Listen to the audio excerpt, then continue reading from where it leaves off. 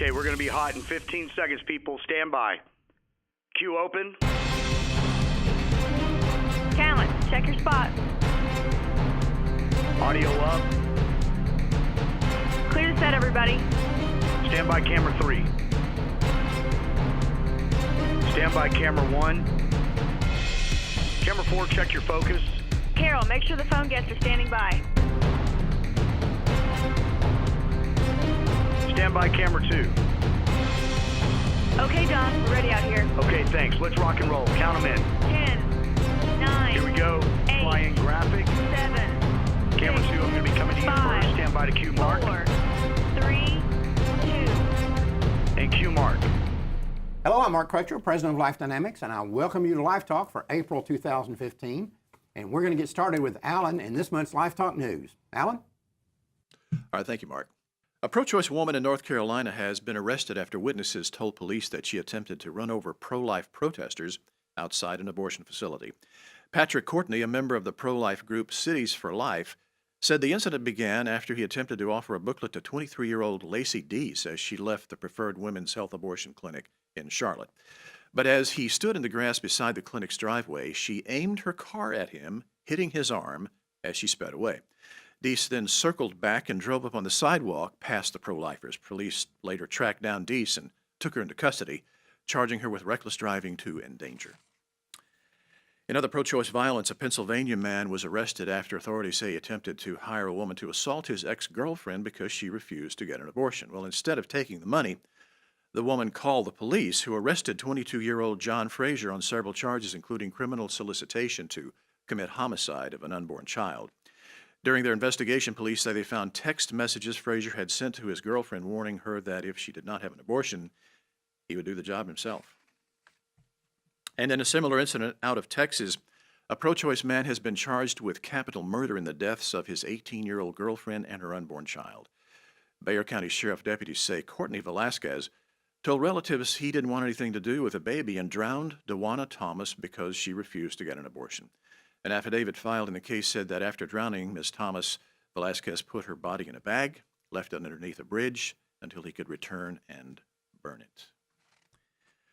Well, the Obama administration is preparing to issue new rules requiring that charities provide abortions to child refugees entering the U.S. without their parents. The rules would require faith-based providers to make referrals for emergency contraception and either partner with groups that provide abortions or notify the federal government to make arrangements for abortions. Some of the affected agencies have conveyed their objection to the Obama administration and been told that there will be no public notice and comment process and that if they do not comply by June 24, 2015, they will not be eligible for federal aid. In Washington State, the radically pro-abortion ACLU has sued the Skagit Regional Health Hospital, claiming they performed too few abortions. The lawsuit, filed on behalf of a pro-abortion activist and former employee of the hospital, claims that the facility is in violation of the state's Reproductive Privacy Act. According to the ACLU, the hospital never prescribes abortion drugs to its patients, only rarely performs surgical abortions, and allows too many of its doctors and nurses to conscientiously object to performing abortions. The ACLU says that the hospital's policy of giving abortion referrals to Planned Parenthood is not sufficient to comply with the law, and that the hospital must also provide services on site.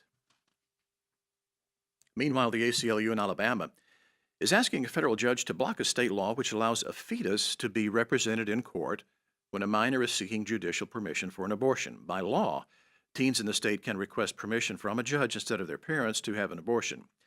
The new law would allow district attorneys to question a teen during the judicial hearing and appoint a guardian ad litem to represent the unborn baby.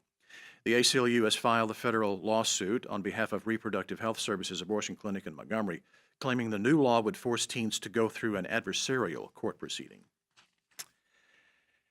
And in Texas, the Houston Coalition for Life has documented 4 emergency responses to a Planned Parenthood megacenter in less than 30 days. Operation Rescue, which tracks many of these 9/11 calls, said that they have also documented at least 5 other medical emergencies at this facility, making 9 in all over the past 3 years. Operation Rescue is seeking the 911 records related to these 4 incidents in order to determine what happened to the women involved. And in a similar story, the Indiana State Department of Health has filed a complaint to have the Women's Pavilion's abortion clinic license revoked. The facility was inspected in October, and officials found that it failed to provide patient care services in their recovery rooms and failed to ensure patients were monitored by qualified personnel while using conscious sedation. Also, among the 15 listed deficiencies, the clinic was cited for failing to provide drugs and biological material in a safe and effective manner, and that there was no documentation that their employees had any certification in CPR. The abortion clinic was also cited for not having a written emergency plan for evacuating injured patients. When asked how an evacuation was to be conducted, the medical director pointed to his head and told officials, quote, "It's all up here," unquote. Crohn's disease is an incurable ailment affecting the body's digestive system. Now, a new U.S. study of 230,000 American women conducted by Harvard gastroenterologist Dr. Hamid Khalili has found that those who had used the birth control pill for 5 years or more had a 300% higher risk of developing the disease than those who had never used it. Dr. Khalili explained that while oral contraceptive drugs do not directly cause Crohn's disease, the synthetic hormones in them contribute to a higher risk among women with a predisposition to Crohn's. The study did not look at the so-called morning after pill, but Dr. Khalili said that he expected the increased risk would even be greater since the morning after regime is simply a superdose of the same drugs used in conventional oral contraceptives. Well, in a victory for pro-lifers, a federal appeals court has dismissed a former congressman's defamation complaint against a pro-life organization. The case centered on billboards that the Susan B. Anthony list wanted to erect to expose Democrat Steve Dreyhouse's support for Obamacare, including his support for abortion funding, during the 2010 midterm elections. However, the organization was prevented from posting the signs because of an Ohio law that allows state officials to determine whether or not a statement is true. The group was also threatened with prosecution if it engaged in similar speech about other candidates. After Dreyhouse lost his re-election bid, he sued SBA List for defamation and loss of livelihood. A 3-judge panel unanimously agreed that SBA List had not made a false statement when it said that Obamacare includes abortion funding. Well, pro-lifers in Arkansas also won a victory this month, according to the Thomas More Society attorneys who represented Fayetteville 40 Days for Life. Members of the group were outside a Planned Parenthood abortion facility when they were approached by an Arkansas State Highway and Transportation Department employee who told them that they could not display any signs.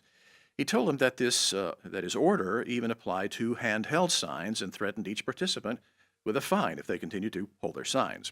Well, Thomas More Society sent a letter to the state claiming that this was a clear violation of the group's First Amendment rights. Shortly after receiving the letter, an attorney for the state responded in writing saying that while it is prohibited to place signs along the highway into the ground, it is not illegal for someone to hold a sign. And finally, in Minnesota, longtime abortionist Mildred Hansen has died at the age of 91. According to Physicians for Reproductive Health, Hansen spent 30 years as medical director of Planned Parenthood of Minnesota and South Dakota, as well as killing children in her own offices. Hansen is considered an icon in the abortion industry and once stated that, quote, "Abortion is a part of medical care, and people who seek abortions are every bit as ethical, as Christian, as godlike, if you will, as those who don't have abortions," unquote.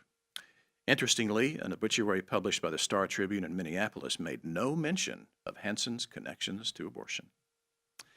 Alan Ackles here for Life Talk News. You can get daily news updates by logging on to ProLifeAmerica.com. Mark, there you go. Back to you. Thanks, Alan. Well, ton of news today. Yes. And I had to leave out some even when I was writing that, as you know, because you were there when I threw it out. Yeah. Right. Arguing with me, usually. All right. Well, anyway, Renee's back this month, as usual. Hello. Destiny wandered back on the reservation. Now, you weren't supposed to be here this month.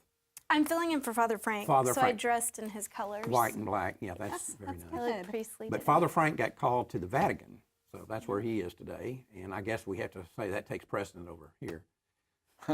And then after a 2-month hiatus of riotous living and the prodigal son returns. Hey, absence makes the heart grow fonder. Yeah, it did, not for me, did it? Did that work that way for you? Not, it didn't work that way for I was me. getting love letters, they're missing me and so forth. Yeah, So I thanks to doubt all the that. Life Talk subscribers. Anyway, our prodigal son has returned after, like I said, 2 months of riotous living and spending all his father's money, or all his own money, I don't know.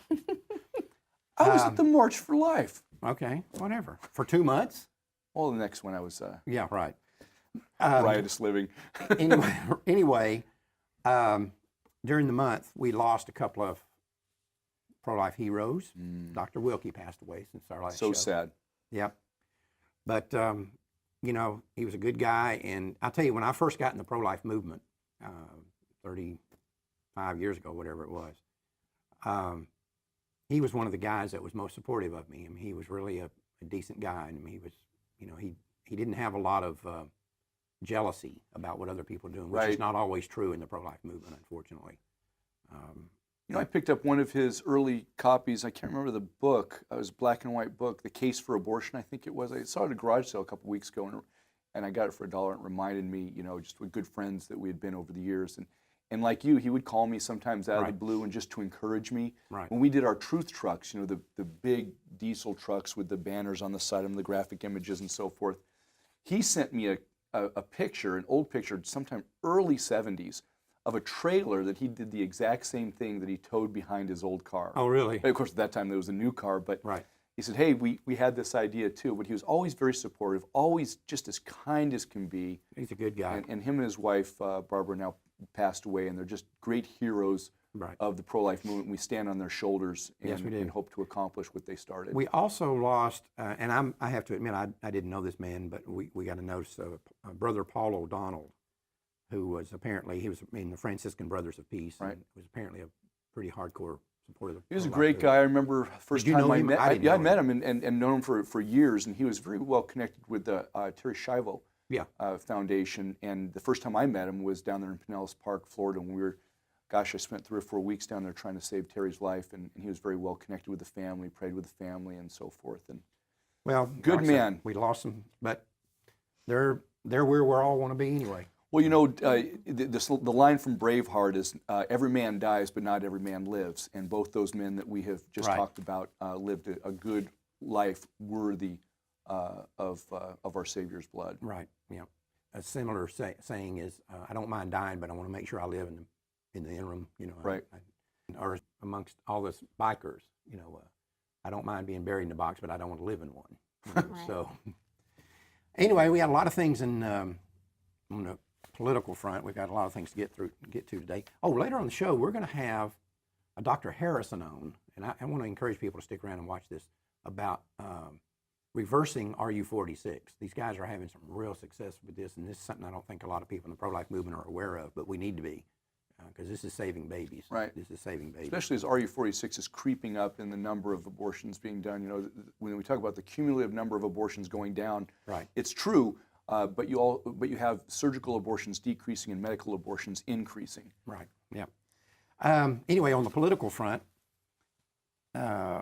you know, this is the time now. Everybody's starting to jockey for position and trying to, you know, lay plans for the 2016 presidential race. And you start seeing people that have historically told you they were pro-life, and then all of a sudden they're making statements because they want to be liked by everybody, and somebody has convinced them that, no, you need to back off of that. Don't take strong positions on the abortion issue. And the first one to fall into this trap is Scott Walker, Wisconsin governor. In an interview with Chris Wallace, he backed way off and basically kind of agreed with Wallace, who said ultimately it's a woman's decision. And when he was asked would he change the law, would he change the law that allows abortions, he said, that's not a change you can make. No, so now we know he's not pro-life, because no pro-lifer would make that statement. So by definition, if you make that statement, you're not pro-life. So I guess we can dismiss Well, him. in the ad where he says that he had a little clip, a 30-second clip, and he starts by saying, I am pro-life, which I think when you have to tell people right off the bat you're pro-life and then follow it with a bunch of drivel that proves the opposite. He says, you know, I understand it's an agonizing choice, but ultimately it's between a woman and her doctor. We have to be very careful, because, yeah, I took that as him pandering to both sides. Sure, that means he's not pro-life. Now, as is the case from time to time, I'm somewhat contrary. I've seen him sign good, strong pro-life legislation. I've seen him speak about how pro-life he is. What I'm hoping, and you can never predict the future, and we put a lot of stock into politicians and judges that have reversed themselves. They say one thing, and then when they get in the office, the other. So I'm not saying that couldn't happen with him. But what I hope he's doing is playing to our base of support. When we talk about late-term abortions or sex selection abortions or abortions for birth control and so forth, we win 90% of the people, 70 to 90% of the people. When we start talking about the exceptions and the hard cases and so forth, the divisive cases, those poll numbers flip. So what I hope and what I think I'm hearing him say is let's focus in on the health and safety of the woman, where we win the majority of the support, and at the end of the day, we close all the abortion. That's not what he said. No, I've watched what he said, and He said this is not a change you can make. Well, what does that mean? It's not a change you can make. It's not a change that the president can make. That's very nuanced. It's not anything definitive. It's not saying I'm pro-abortion. Okay. Well, I'm going to. I know a lot of people inside the Scott Walker camp, and they would adamantly defend the fact that he's pro-life. My deck of cards is still out there. I'm still going to pick the person here when it comes to in 2016. But I still like listen, Scott Walker. I have personally heard Hillary Clinton say she's pro-life. Oh, Kathleen Sebelius says she's pro-life. Right. So that means nothing. But no, what it does mean is that when you add pro-life into the mix, you poll higher. You could take a rabid pro-abort Democrat. He says he's pro-life. He polls higher than the other guy that says he's pro-choice. I'm sorry, that's just. But that doesn't mean he's pro-life. But that shows that the pro-life movement is winning. Right. And everybody wants to be considered pro-life. They don't want to be pro-death. That's right. But this guy's not pro-life. I'm not saying that. I do not believe that he's I would say pro-abortion. that the base sees a lot of candidates who claim to be pro-life and then back away all the time. So when you have a candidate who's seeming wishy-washy to begin with, that's going to make everyone nervous. And we can't start polarizing our own people right away. Look, as soon as you start pigeonholing these people and you blow them away, then nobody's going to be qualified. And who's going to get elected? Another Obama, Hillary Clinton. You know what? You can call me pragmatic, you can call me a compromiser, you can call me just about anything else. But after 8 years of this bum in office and the things he's done to destroy America, I'm going to take someone who's moderately pro-life that's going to move us in the right direction over a rabid, evil individual. Well, as long as you agree, okay, so if you vote for a guy like this, as long as you agree that you're voting for the lesser of two evils, and I'm ready to take evil, then that's fine. Well, the lesser of two evils, and we've is still, all done but I that. don't even like that argument because it's because we're not voting for the Pope, we're not voting for the next pastor, we're voting for someone who's a politician, which by nature is a compromiser. So can we, as his base, support him, or in this case, force him to do the right thing? Tomorrow, I'm going to go and sit in Speaker Boehner's office, who calls himself pro-life, but they've stalled the 20-week pain-capable bill for 2 months after a complete betrayal. So we have to force them to do the right thing. Yeah, But we can't force Obama to do the right thing. I don't want to. Yeah, I know. But anyway, we're just going to have to agree to disagree. This guy's not pro-life. We know I that. say he is pro-life. No pro-lifer would make He's that not statement. pro-abortion, No pro-lifer would make that statement. but he's not pro-abortion. If you're not pro-life, you are pro-abortion by So definition. you can't just polarize them 100% one degree or the other. All right. Are y'all going to arm wrestle now? Yeah, let's do it. Let's No, get he down the can't do dirt. that. He can't do that. New Mexico, and this kind of does touch on the issue of abortion. New Mexico the House there has okayed a bill that would prohibit a rapist from having parental rights with a child that he creates with his victim. How does the rapist know that he got the girl pregnant? I mean, who's the rapist? Are we talking about like a date rape or any kind of rapist? Yeah, I wouldn't make I never make a distinction between a date rape and a non-date rape because I think it's either rape or it's not. But that's like Whoopi Goldberg saying it wasn't rape. Right. But if the woman is pregnant and she says I haven't had a sexual relationship with anybody else, and they do a DNA test and they show that he's the rapist. I mean, he's the father of the baby. Mm-hmm. I don't think he should have parental rights. Well, and right now in 31 states they do, including Texas. Right, We're one of the Texas. states that they've got that. So they've actually got some legislation that they're trying to get those 31 states, activists in those communities to it's deliver obscene. that would. It's obscene that because we had a situation here in Texas a few years ago. We reported about it. This was in Austin. He got this girl pregnant by raping her, and while he was still in prison, he sued for visitation with the child of the victim. That is insane. It is insane, but like she said, in over 30 states, that's the law, and that's the law here in Texas. New Mexico now, and I think this should be done in every state. Yeah. This guy has no rights to this No, baby. he's a sick person. Yeah, and even if well, whatever, let's don't even go down that trail. Speaking of sick persons, Harry Reid is blocking a sex trafficking bill over abortion funding that's in the deal. Now, there's several things that are interesting about this. They always say, when we go after Planned Parenthood because they do abortions, they say, well, because of your position on abortion, you'll take like health care away from these women, which we don't do, like here in Texas where they've closed down all these Planned Parenthoods. There's other clinics doing the health care for these women. But they say, you let your abortion politics trump the health of these women. They're now saying that because this bill prohibits funding for abortion, we're not going to pass it, and the bill is about stopping the sex trafficking of women. Mm-hmm. So now who's playing politics with women's lives over their abortion policy? And here's the other thing that's interesting about this. The bill says that you can't use federal dollars to pay for abortions. Well, it's just a reinforcement of basically what the Hyde Act is. And these people, anytime you start talking about federal funding of abortion, they always say, well, that's prohibited by the Hyde Amendment. So if it's prohibited, then what harm does this language do? What are they fighting It for? just reinforces what's already in the law. They're lying through their teeth. Did we not forget Obama's big executive order that he made right after passing Obamacare saying the exact same thing? It's amazing. It is absolutely amazing that and of course, the media lets them get away with this. If this were anybody else in the world, the media would call them on it. And of course, in this case, I'll clean up my language, this slug, Harry Reid, who is one of the most morally bankrupt people out of the 535 members of the House and the Senate, and that's pretty bad. He may be right at the top of the list. He still calls himself, quote, strongly pro-life. Yeah. And this is the problem that you have when the pro-life movement has lost focus on what it means to be pro-life.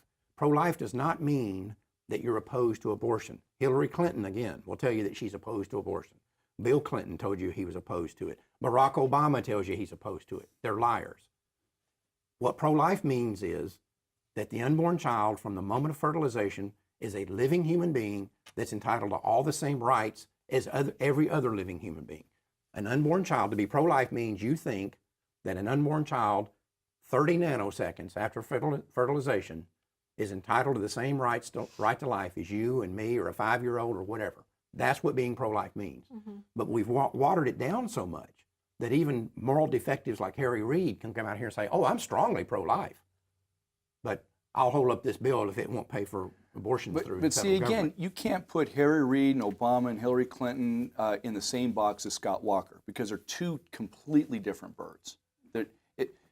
Maybe.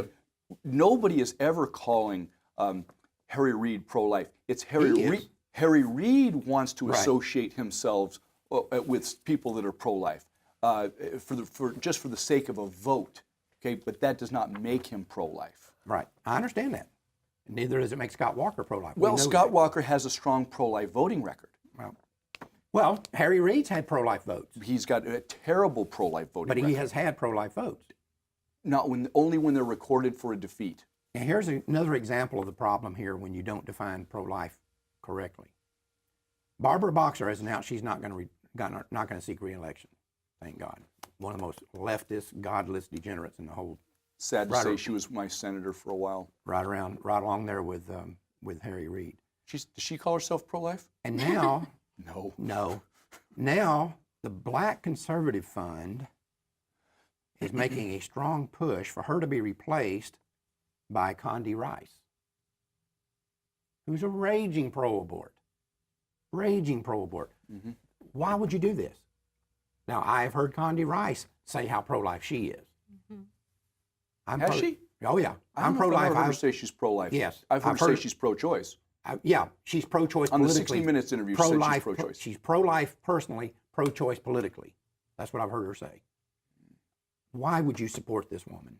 Well, it's just a special interest group, and why they're supporting her as a conservative, even if she's pro-choice, is beyond me. I don't know. But California will decide the election, and they're all a bunch of leftists out there, and millions of dollars will get funneled into that Senate bid, and who's going to win? But whoever's the pick of the leftists. Now, we had a situation, this is pretty interesting, down in Austin, at the state capitol in Austin. Do y'all remember during your buddy, Wendy Davis, your good friend? Yes. And you're still on her Christmas card list, aren't you? Oh, probably. Yeah. As She tight said as she y'all was are. pro-life. Oh, yeah. Yeah, she sure did. You remember all the graphic and sometimes pornographic signs that were being displayed around the state capitol. Remember all that? I mean, you were there. Some of them, I mean, they were nothing short of pornographic. They were raunchy, and they had kids holding them or standing next to them. Yeah, we had that one picture, that one little kid. But now, describe, these were the female body parts saying, keep your hands off my... It was the P word on a lot of stuff. Oh, it was nasty. Yeah, there was one with the kid holding it that said, if I wanted a... I'd screw a senator. It was something like that, but there were children holding it, Right. and the mom standing behind him laughing. It was disgusting. But anyway, one Texas lawmaker, a guy named Jonathan Strickland, on his door put a little sign, professionally made. I mean, it's really nice. It's very attractive looking. The Texas Right to Life actually made those. It gave them out to all of the... Well, he actually mounted his on his door. It says, Representative Jonathan Strickland, former fetus, District 22, I guess is what it says, District 92. My favorite part is that's so scientific, and if they're the side of science, Right. like they should be thrilled that. And the pro-aborts went berserk Yeah. over this. Him having a sign on his door that says former fetus. Well, we're all former feti, whatever the plural is of fetuses, right? We're all, so what's the problem here? And yet those same people had all the signs that we were talking about when Wendy Davis was doing her little That's filibuster. a double standard. These are the same people who were shouting, Hail Satan in the rotunda, remember? Right, exactly. And Satan's a liar right from the beginning. And of course the media will never expose this. And we had a situation here, Start calling them the state-run media, because that's what they are. basically. Like state-run penitentiary. You know, no, we have an interesting situation here in Dallas with the Cowboys. They've recently hired this guy as a pass rusher that was accused of domestic violence, beating up his girlfriend or throwing her in a bathtub or something. I don't know what he did. Anyway, they're catching a lot of flack over this, and the mayor of Dallas has come out just railing against the Cowboys for this hire.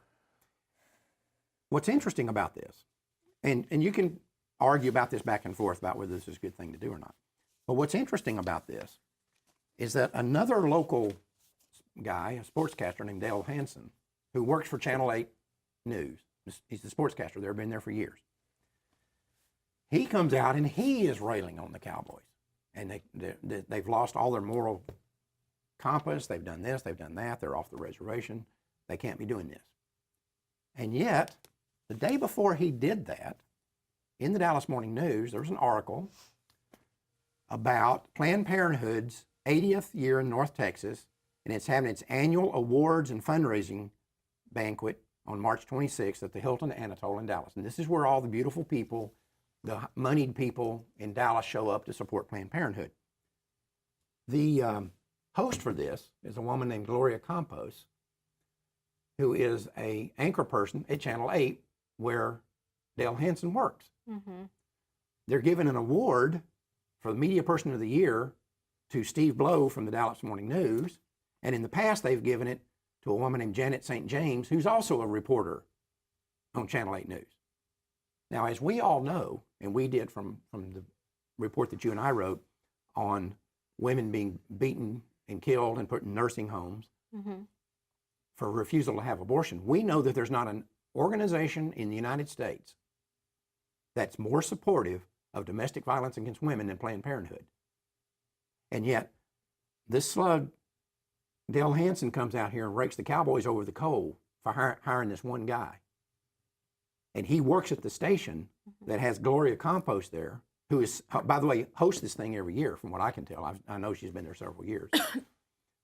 And the on-air reporter accepts an award from them in person as Media Person of the Year.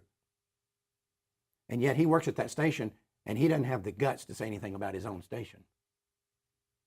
So apparently, the media bias and the hypocrisy on abortion is not just limited to the news. It's now bled over into the sports department.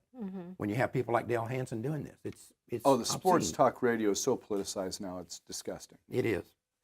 But this is a classic example of it. And this guy's, well, let me start on that again. Another article. We had a similar article this not long ago that we reported on. Pro-abort Lillian Stern has written an article saying that one reason that abortion is such a good thing is that it prevents infanticide. It is infanticide. That's right, when that's what it But is. let's say even if you don't believe that. One good thing spaghetti does is it prevents overeating. Yeah, right. Chinese food. Yeah, and so I guess then, for example, if you go back to the domestic violence thing, one way to prevent domestic violence It's like is to killing murder her. the wife. Yeah, kill her first. And Kill her then, first, and then you won't can't beat abuse her her. later. Right. So that's a you solid skip argument. all that pain and suffering that goes on later on, right? That's the same logic to these people. I'm telling you, I've said it before, I'll say it again. These people are But we know exactly mentally the opposite insane. is true. I mean, didn't Susan Smith, she killed 5 of her children? I think 2 of her children. She drowned them in a car, right? She put them in child seats in the back Right. seat of the car and pushed it off in the water. There was We another just woman talked here about from that. Texas. She murdered 5 of her children. though. Andrea Yates. Andrea Yates. Yes. And that- right. abortion has been legal. And for and, all- and those women had previous abortions. Right. Really? And so one thing abortion does is cause infanticide. Well, and child that was an abuse. article I made. Devaluation of You life. made that article years ago. Yeah, years ago Wow. in the Susan Smith deal, I wrote an article about that. Because what was interesting is, first day of trial, testimony in that trial, Right. the Boston newspaper carried a story saying that she had had 2 abortions while she was in high school. Right. She was fooling around when she was 15 or 16 with a 40-something-year-old man, Yeah. and he got her pregnant twice. And she had 2 abortions in high school, and they reported on it. Well, this was back before the internet, Right. and so we couldn't download it and print it off. So my assistant at that time, Times Enter, I told her, I said, well, let's get a copy of that newspaper because that'll be very good for us to have over in the future. You couldn't get a copy of it. And by the evening edition of that same Boston newspaper, that was It was not mentioned. expunged. Wow. And we tried to get, you could get the day before's morning paper and you Right. could get the day after, but you couldn't get that one. Huh. And so they understand, Right. because this article that I wrote, I said, we need to make an argument. We need to make a position here, not to defend Susan Smith. You can't defend what she did. Right. But didn't we condition her to have this mindset? Right. She killed 2 of her born children because she wanted to make her life better. There was a wealthy local guy there that she was interested in, and he had already told her, she was fooling around with him, she was having an affair with him. He had already told her that he didn't want to have children. And she thought that he would marry her if she didn't have children, so she drowns her 2 kids and to make her life better so she could have a better future, right? Didn't we condition her for that? Well, you In know, high school? I'm not a psychiatrist or a psychologist or a therapist in any way, but I do know after years of dealing and working with women who are post-abortive, you know, once they have to deal with that trauma, that internal emotional trauma, as we talked about many times, women's first instinct is for their child. Once you break that bond, I think it creates some sort of pathology in your mind, and you know, being emotionally unstable could very easily result. And we've seen the results from having medical and surgical abortions. Right, that's right. This, I don't know if this photograph is real or not. I assume that it is. China has had this 1 baby policy or 2 baby policy in some cases. If you can't have more than 1 or 2. And the result of this has been girl babies are more often killed than boy babies by a long shot. Right. Everybody wants sons. And now there's a major shortage of girls in China, which, you know, duh, you think if you're killing them all, you're going to have a shortage.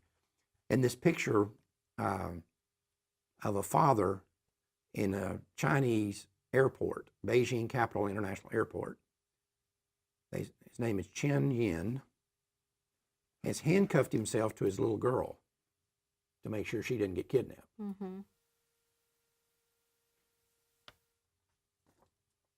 I don't know what else you say about a deal like that. You got to handcuff yourself to your kid to keep them from getting kidnapped.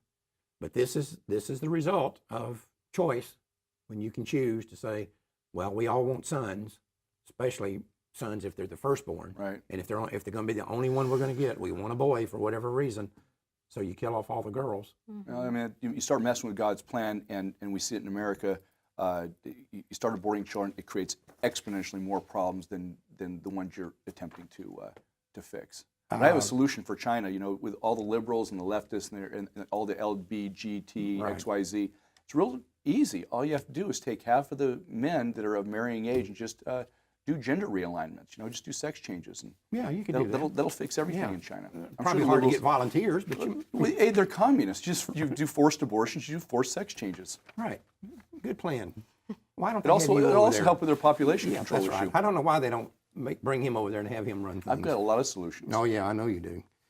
NARAL activist said, having abortion was one of the best decisions of my life. And people are using this as a defense for abortion. This doesn't speak to abortion. This speaks to this woman. This has nothing to do with whether abortion's right or wrong. This has to do with this woman's mind is screwed up. But anyway. I saw where Sharon Osbourne, of course, the wife of Ozzy Osbourne. Right. You talk about moral degenerates. She said she had an abortion, I think, when she was 16 or 17. It was the worst decision Right. she made in her life. Right, exactly. Pro-lifers betrayed in New York, St. Patrick's Day, because they wouldn't allow gays in the parade in the past. St. Patrick's Day organizers said, "Okay, we're not going to disqualify people based on ideology." So the local pro-lifers wanted to say, "Okay, we want to have a parade, float in the parade." And there was some flack about it, but they finally said, "Well, yeah, if we're not going to eliminate the homosexual community over ideology, then we can't eliminate the pro-lifers." So they told them they could have a float in the parade until 2 days before the parade, and then they threw them out. Said they couldn't be in it When they said it was too late. when it was too Well, late. they had the Knights of Columbus there, and they said that they were good enough. Yeah, that qualified as. I mean, isn't Yeah, that pro-life. ironic? I mean, St. Patrick, who's more pro-life than St. Patrick? And now the pro-lifers aren't allowed in his own parade, in his honor. Yeah. I have an article that is from New Hampshire, and it speaks about some fourth graders that went before the state's Environment and Agriculture Committee to propose a bill. They wanted the red-tailed hawk to be their state rapture. And Representative Warren Groen, I believe that's how you say his name, he had made a strong statement, which is really awesome. He said that it's known for its extremely strong and sharp talons with which grasps its prey, and it uses its razor-sharp beaks to rip its victims to shreds, tearing it apart limb by limb. I guess the shame about making this a state bird is that it would serve much better as a mascot for Planned Parenthood. Yeah, and he's caught hell over that. Oh, yes, he Wow, has. and this is a state rep? Yeah. Yes. And what, in New Hampshire? Right on. Yeah, tell me about it. But So there are some good people in New Hampshire. oh yeah, Yep. they're not all bad. In Alabama, a pastor's wife and his son have been found to be working in an abortion clinic there, and her argument is and again, this is one of these claims to be pro-life things. Her argument is that God will forgive us no matter what we do. So in other words, we can preempt God, basically. We can say, therefore, I can do whatever I want to do, right? I know up front this is wrong. I know this is a sin. And that's basically what she's saying. What's the verse in Romans? Do not sin more, so His grace will abound. That's exactly it. God forbid. Right. Yeah. So Now, Jesus said, if you love me, keep my commandments. we're going to test him. If you love me, keep my commandments. You don't just walk around sinning. This one guy said, he says, I love my wife, but I don't cheat on her just because I know she'll forgive me. All right, well, let's look at there's some things happening in the medical community, as there always is, related to the abortion issue. And it's unbelievable. The stories coming out of Illinois that they're looking at making abortion clinics have to have inspections, drop-in inspections, no warnings, and the pro-aborts are raising a ruckus over this. Recently, we had a woman almost killed in an abortion clinic up there, and the director of that clinic says, there's no need for inspections. We don't have to have inspections. And the way she words this thing, it'd be comical if it weren't so tragic. This woman almost died up there a few weeks ago. You know, it reminds me of that scene off of the original Star Wars, you know, where they say, these aren't the droids you're looking for, and then they repeat back, these aren't the droids we're looking for. Do they really expect that the health department is going to listen to an abortionist quack that kills people on a regular basis, maims them, calls 911, and ushers them off to the hospitals? Yeah. It's ridiculous. But the truth of the matter is, unfortunately, the health department does listen to this Yeah, garbage. that's the problem. Because they're pro-aborts as well. But they're just saying, oh yeah, we almost killed this woman, but you don't need to be inspected. What woman? And every time one of these places, have you ever noticed? You never see an inspection that comes out of one of these places where the health department comes out and says, man, these are first-rate people. They're doing a great job. You always hear all the problems that they have, and then they come back and say, oh, but we don't need to be inspected. Yeah, they say we have a resolution plan. We know they've killed 5 people the last several years, but they have a resolution plan. Right. And what is that? In Des Moines, Iowa, a local newspaper there is taking to task online schools and saying that they can't get a good education online. And they're criticizing, this is the Des Moines Register newspaper, criticizing homeschoolers because you can't get a good education at home. This is the same newspaper that has been defending the telemed abortions and saying that you can actually have, I mean, it's almost laughable when you look at what happens with the telemed abortion, where you got a doctor watching somebody on a screen that may be hundreds of miles away, and he's quote unquote examining her. And then if he approves the abortion, which he's always going to approve, a little door flops open in front of her and she starts taking these pills. Mm-hmm. It's unbelievable. But I'll tell you, it's almost comical as these people are. There's a serious aspect to this, and I told you about it years ago, what they're looking at doing. If this telemed abortion thing isn't stopped, you're going to have a situation, and I think they're planning to do it in Houston, Texas, at that big mega center down there. You're going to have a floor up there where you might have 2 or 3 doctors that come in, rotate in and out of that system, and they're going to be doing telemed abortions all over the United States. Because if the guy's not in the room, what difference does it make if he's 100 miles away in the same state or 3,000 miles away in Texas? What difference does it make? Well, this stems from the dearth of abortionists or doctors willing to do abortions. So they had to come up with another scam in order to prescribe these, because it's such a toxic medicine. I hesitate to call it medicine, but it's so toxic for the woman, it has to be prescribed under strict controls by a physician. So the only way they can do that on a mass scale is to create this scam where they're just pushing buttons all day long and dispensing abortion pills. Could you even verify that she's actually taking the pill, or could she not just hide it in her mouth and then there can create a black market for these drugs since they are so hard to get? Who knows what they're doing? I mean, and these people certainly don't care. But if you're not in the room, I mean, you can't even verify that she's taking it. taking The failure rate on these things is so extraordinarily high. When they don't abort and they're hemorrhaging, they're forced to go into emergency rooms across the country. And a pro-life OBGYN is forced to mop up after this abortionist quack's botched abortion. Well, that's the problem that Renee and I have talked about here on the show several times lately. Used to, on our 800 number where women call in who've been injured in an abortion, used to 30 to 40% of those calls were missed abortions or incomplete abortions. Now it's 95%, at least. We were talking about it the other day. We got 2 of them in one day. Right. And I'm telling you the reason for this is because they're using RU46 in a way that is contrary to what the manufacturer and Danco, the people that imported it, said you have to use it. It's supposed to be 600 milligram dosages. They're giving it in 200s because it's very expensive in 600s. If you look at the way the clinical trials were done that got RU46 approved, and then the way it's actually being used in the real world, it's 2 totally different environments, 2 totally different environments.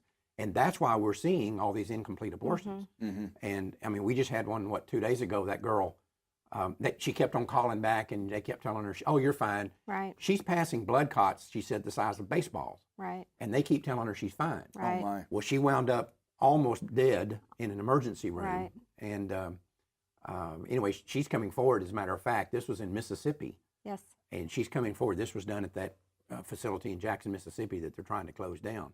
And she's now coming forward. We put her in touch with the people in Mississippi.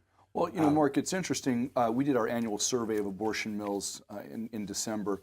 And what we found is since the advent of HB2, the big Texas law that requires abortion clinics to have hospital privileges and surgical centers, it also defined the use of RU46 to require these abortion clinics to do the FDA protocols. In other words, like you're saying, the way the trials. And I don't approve it being used even once, but when you force these abortion clinics to use it according to the label use, what we find is these abortion clinics don't want to do it. The price goes up exponentially. Right. And of the, whatever, 17 or 18 abortion clinics you have left here in the state, very few of them actually were willing to do the RU46 abortions. If you do it, by the way, the manufacturer says you have to do it. That's right. That's You know, right. in So order to take it's the a health way of the we woman. can regulate them, and I'm not ashamed to say this, we regulate them out of business. But you know, the other thing here is that people are overlooking, and in this new book that I'm writing, I'm making some proposals about legislation to take care of this.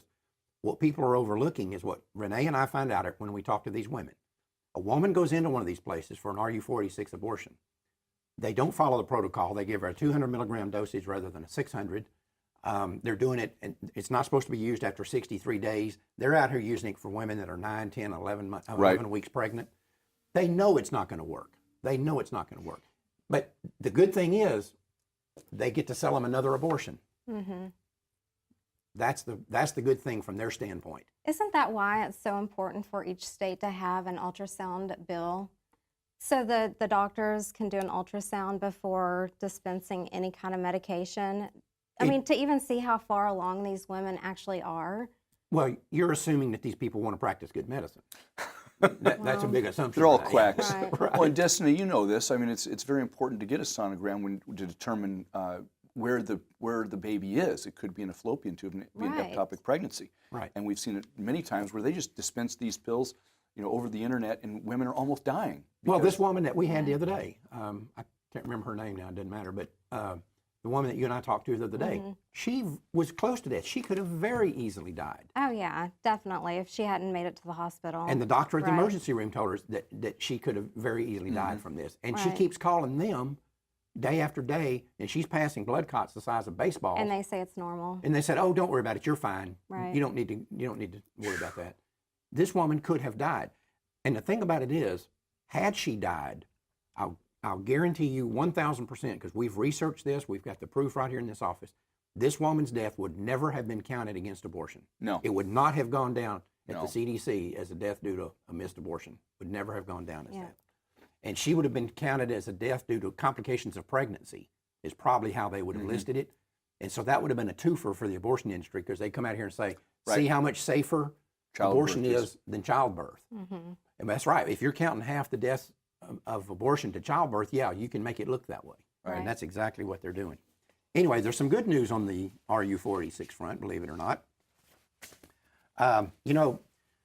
We've had situations in the past where women have called us that have had laminaria inserted for a multi-day procedure. Late-term abortion. Late-term abortion procedure, second or third trimester. They have to do laminaria insertions to expand the cervix enough to get the large instruments in to kill the baby. That have changed their mind. They'll go home that night and they'll feel their baby kick, or whatever happens, and they'll change their mind. And they'll call the abortion clinic back and say, "I've changed my mind. Is it too late?" 100% of the time, they'll be told it's too late. That the baby's already dead or the baby's been injured. You can't change your mind once the laminaria is inserted. And we started getting doctors around the country. We had one right here in Dallas who has since died, who developed a reputation for being able to remove the laminaria and deliver later on a perfectly healthy baby with no problems. That was always considered kind of unlikely in the case of RU46.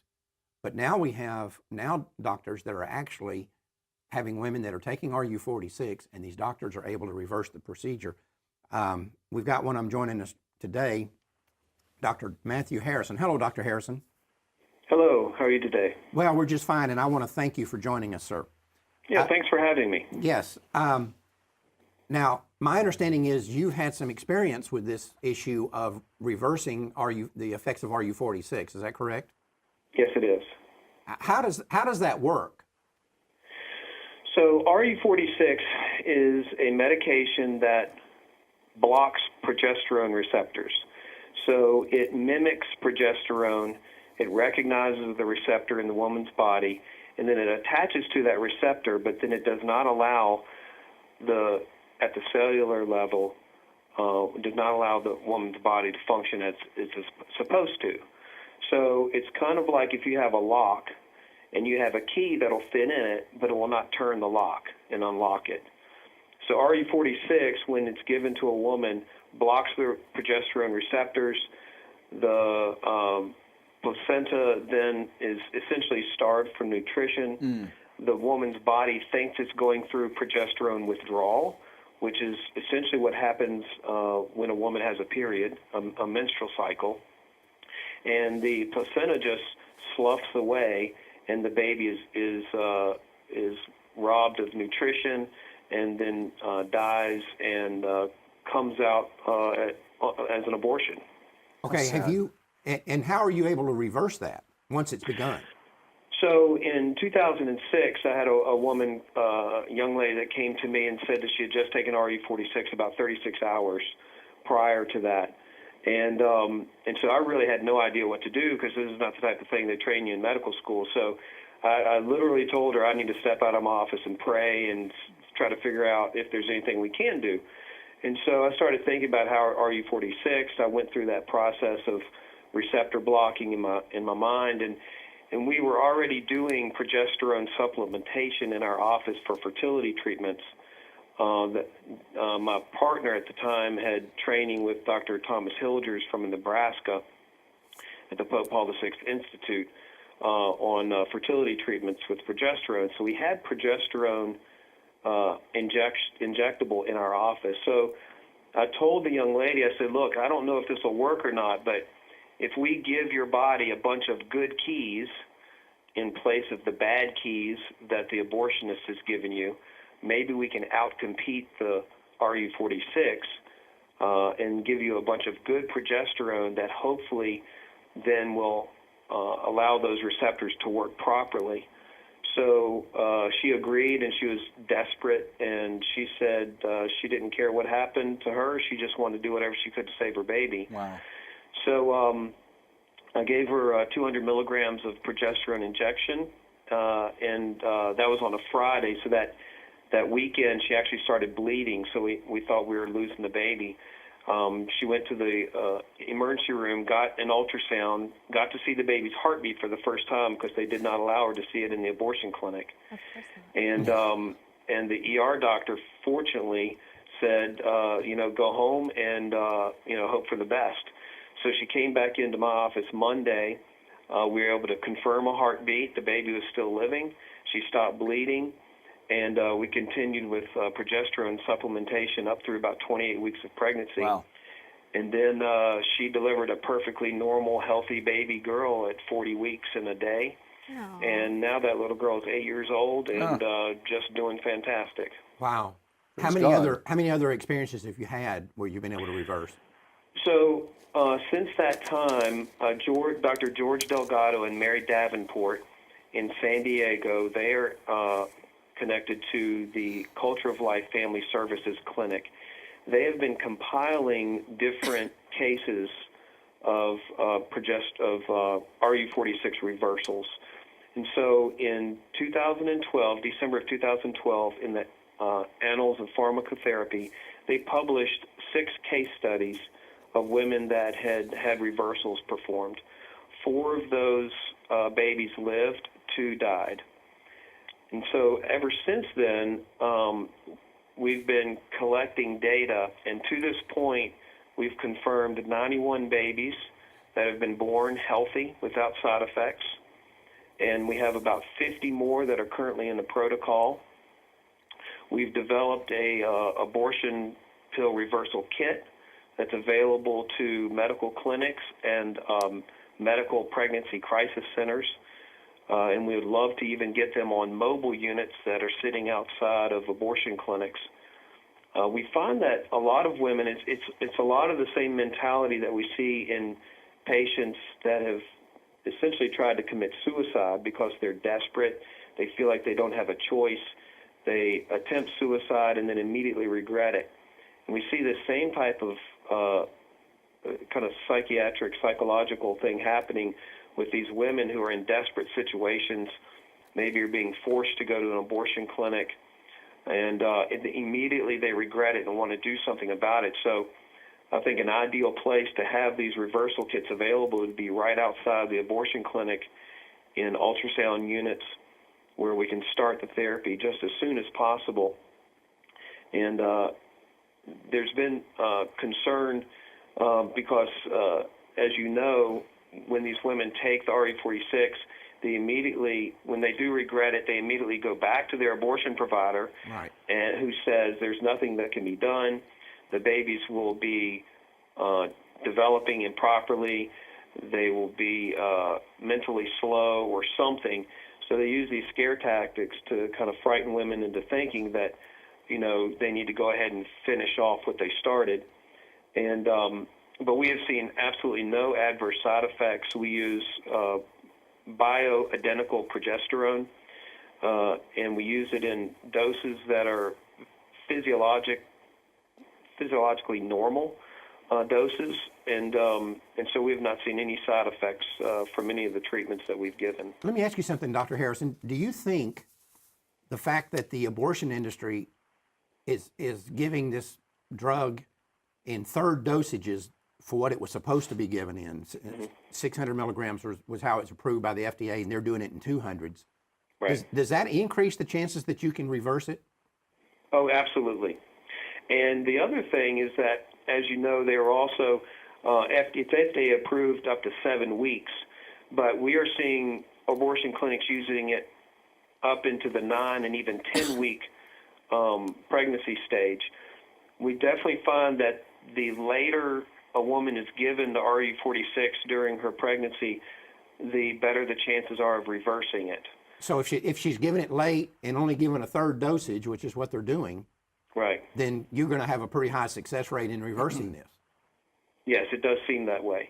Wow. And of course, the second part of their procedure is to take Cytotec. Right. Right. And if they have not taken the Cytotec, then of course the baby, hopefully, the woman will not be going into labor and trying to expel the baby. So, Dr. Harrison, how long does this whole procedure take? What is the window that y'all have for actually reversing it? well, we're finding that first of all, it's best if they haven't taken the Cytotec yet, but there are a couple women who have taken Cytotec and still been able to have a baby. But really within the first 72 hours, the earlier the better. And how much is this kit? How much does this kit cost? Does it need to be prescribed by a physician? So the kits that we've developed, and they're available at the website abortionpillreversal.com, but we send out the kits for free. And the kits just really have all the information, the paperwork, the protocols. They have consent forms. They have HIPAA, the healthcare mandate forms for sharing information from doctors so that we can try to get information from abortion clinics. It has everything in there, including the disposables for the injections, the bandages, and all that. What will cost a little bit of money is the actual progesterone, and that has to be prescribed locally because of interstate commerce laws. We cannot ship a medication like progesterone to an unidentified patient. So, because these are progesterone needs to be in the office and ready to be used as soon as the patient walks in, and so we prefer it being gotten from a compounding pharmacy. But some of the progesterone, most progesterone, is actually available at local pharmacies at a 50 milligram per ml dose, and those vials are not very expensive. So, you're probably talking about maybe $200 for all the progesterone that's needed for the treatment, for the full treatment. That's pretty cheap to No, save it's a to baby. save a baby, but still you're going to need to find a local physician that's going to prescribe the progesterone. So even if you have Correct. a van sitting out in front of the abortion clinic, you're going to have an on-site physician willing to make the prescription and do the injection. Right, and so right now we have about 220 physicians across the country that are stationed and ready to deliver the progesterone. We're getting more crisis pregnancy centers involved that can at least start the procedure. And we have had reversals in 11 countries and in 34 states. Nice. Wow. Well, this would be a good way for a physician who says, look, I'm busy, I've got a practice going, I don't have time to do anything for the pro-life movement, but I'd like to do something pro-life. This would be a perfect way for him to use his training and his expertise and his knowledge in the pro-life movement. Absolutely. You remember I told you a moment ago about this Dr. McCarty here in Dallas that was local OBGYN, hardcore pro-life, really good guy. And that's what he told me one time. He was helping out with the removal of laminaria, and he had babies he had one particular baby, I remember, that the abortion clinic in Dallas had told the girl her baby was already dead. Yeah. So not only could you not reverse it, but the baby was already dead from the insertion of laminaria, which they know good and well is an out-and-out lie. The laminaria does not touch the baby. It's in the cervix.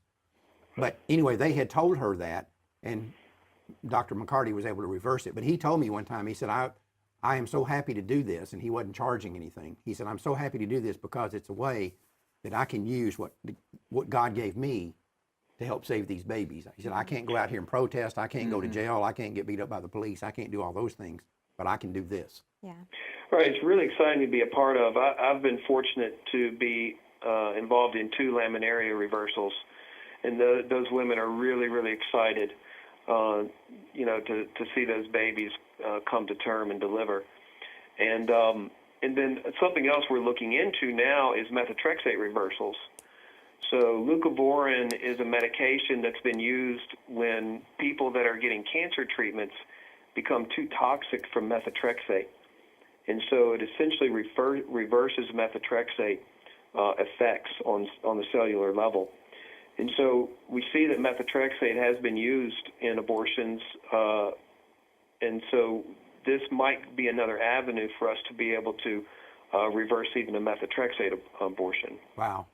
Well, I think obviously the greatest gift here is the fact that a baby can be saved for a relatively small amount of money. And actually, it wouldn't matter if it was $1 million. It's the baby's life is worth more than whatever amount of money it would be.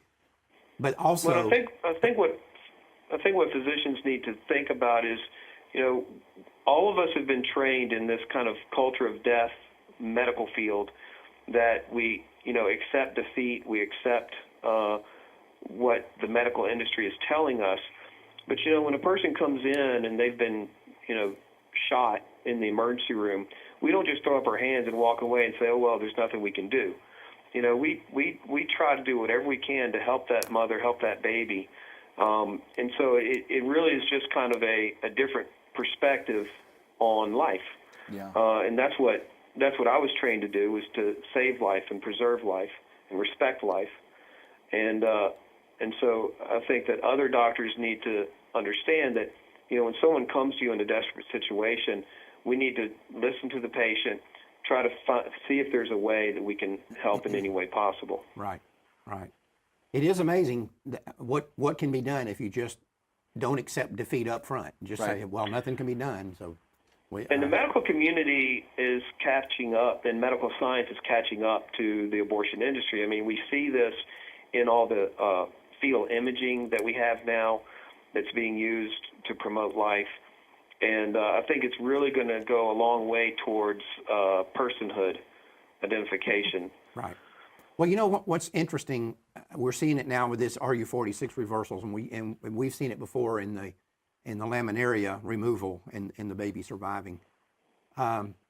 These babies try desperately to live. I mean, by all rights, most of the things that the abortion industry does should kill them, but they fight to live. I mean, I guess it's just innate, and it's just part of their physical being that they fight to live, even at that early stage of their lives. It's amazing. Well, Dr. Harrison, I want to thank you for what you're doing. This is just another aspect of the pro-life movement, and I think it needs to get more attention, because I don't think a whole lot of people, even in the pro-life movement, know that this is happening. And I suspect that a lot of people would tell a woman, well, darling, you've already taken that RU46. It's probably too late to do anything about that. And I appreciate you having me. And just, if we can point people to the website, they have an 800 number for women to be able to call and get immediate help. And anytime, day or night, we have nurses and medical staff that are staffing those phone lines and can find, wherever they are geographically, find a doctor close to them so that they can get this reversal underway. Well, we're going to put your website up on the screen, and give us that 800 number. All right. It is 877-558-0333. And that's a toll-free number. It is a toll-free number, and it's abortionpillreversal.com. Okay, we're going to put that information up on the screen so people can have it, because I think this is kind of a hidden subject That's great. in the pro-life movement. I don't think a lot of people really know about it. Right. You know, for people we who just want... we just had a conference with the American Academy of Pro-Life OBGYNs in Washington, D.C. About less than a month ago, and a lot of them were very excited about a lot of this news. I think it's really neat that one of the things the abortion industry is doing to make more money, which is thirding the dosage of RU46, is the thing that makes the baby survivable. Right. Right. They're doing us a favor. Yeah. Well, and you're right. I mean, they're looking for repeat business. Absolutely. So they're looking for people to come in for a surgical abortion so they can add that on top of the medical abortion. Yeah, one of the things in this new book I'm writing, one of the things I'm saying we ought to propose as legislation is legislation that says if you do an RU46 abortion and it doesn't take, you have to do the follow-up procedure at no charge. Why should that woman be charged twice? But they're getting 2 bites of the apple here, the abortion industry. Yeah. Well, and the precedent's been set for that. I mean, I'm a hospitalist. I'm in the hospital all day long. I'm here right now. And if we have a patient that has heart failure and we send them out and they come back a week later, then Medicare dings the doctors and dings the hospitals. Yeah, it's called, what's a global surgical fee or something like that? Yeah, they're starting to essentially charge per patient, almost a capitation model, where it's not fee for service anymore, it's capitation. So, but the precedent's been set for that, and I think that might be some legislation that somebody should look into. Yeah, I'm writing that up in this book, that I'm saying this is something we need to be looking at, is Absolutely. requiring these people, if you're going to go out here and knowingly increase the chances that this RU46 is not going to work, and at the same time you're putting this woman's life at risk if she starts to hemorrhage, which like this girl we had the other day, why should you then profit from the second abortion? Why should you make money off of that? Well, right now our data shows that our numbers are about 60% reversal rate. Now, a lot of it's probably a bit higher than that because we've lost some people to follow up. In other words, they start the procedure and then they just don't follow up, and they probably do okay and have the babies, but we just can't confirm it.